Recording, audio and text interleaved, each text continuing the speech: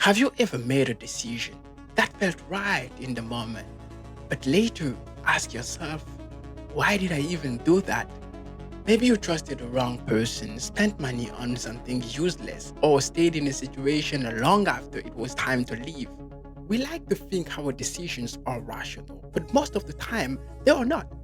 They are shaped by hidden mental traps we don't even notice.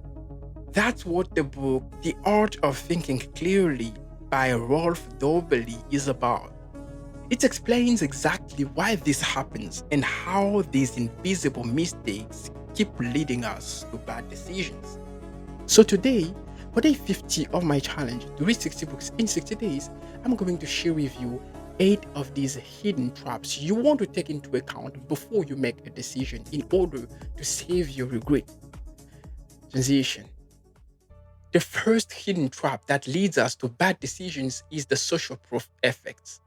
This is a trap I believe everyone falls into when it comes to making decisions.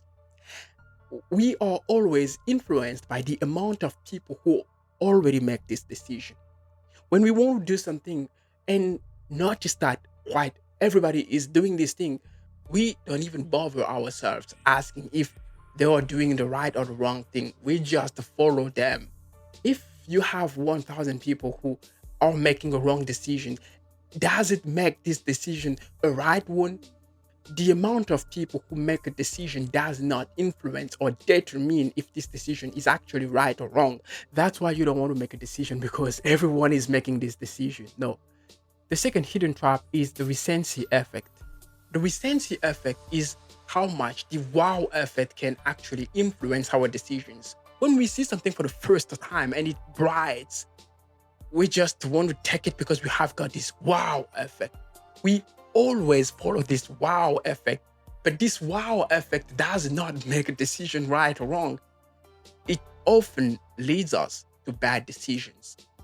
We don't want to judge based on our first feeling.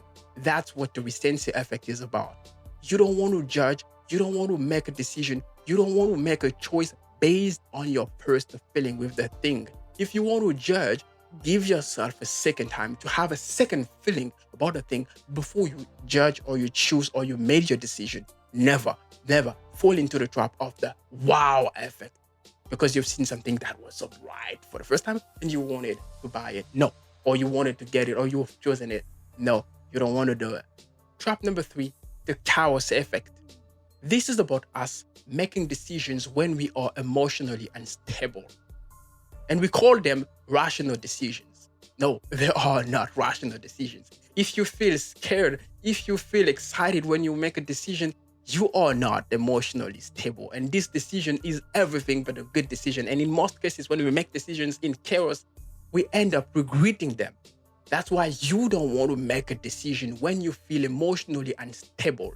That's why you want to avoid and stop yourself from making decisions when you are too scared. You don't want to say anything. You don't want to make a decision. You don't want to make a commitment when you are emotionally unstable. Decision number 4, the anchoring effect. This is more about our purchasing decisions. We often buy things not because they are useful, but because the prices are affordable. If you buy things just because the price is affordable for you, regardless of how useful this thing can be to you, you will end up in the situation you are already in. And we are all already in, I believe, having too many shoes or too many clothes in our wardrobes that we never wear. So you want to buy things because they are useful, not because they are affordable. Mistake number 5, the pressure effect. This is about avoiding making decisions when you are under pressure. When you are under pressure, you are emotionally unstable. And I just said it, you don't want to make any decision when you are emotionally unstable. So if somebody is pressing, asking, please, I want you to tell me tomorrow if you are willing to date me or not, you want more time and you don't want to make a decision when you are under pressure because you are emotionally unstable. And if you do that, you make a decision when you are emotionally unstable, you will likely end up regretting this decision and you already know it. So if somebody is pressing for a decision, they want you to tell them you have a deadline to make your decision and make your choice, just ask for more time. This is what you want to do because when you are under pressure, you are emotionally unstable.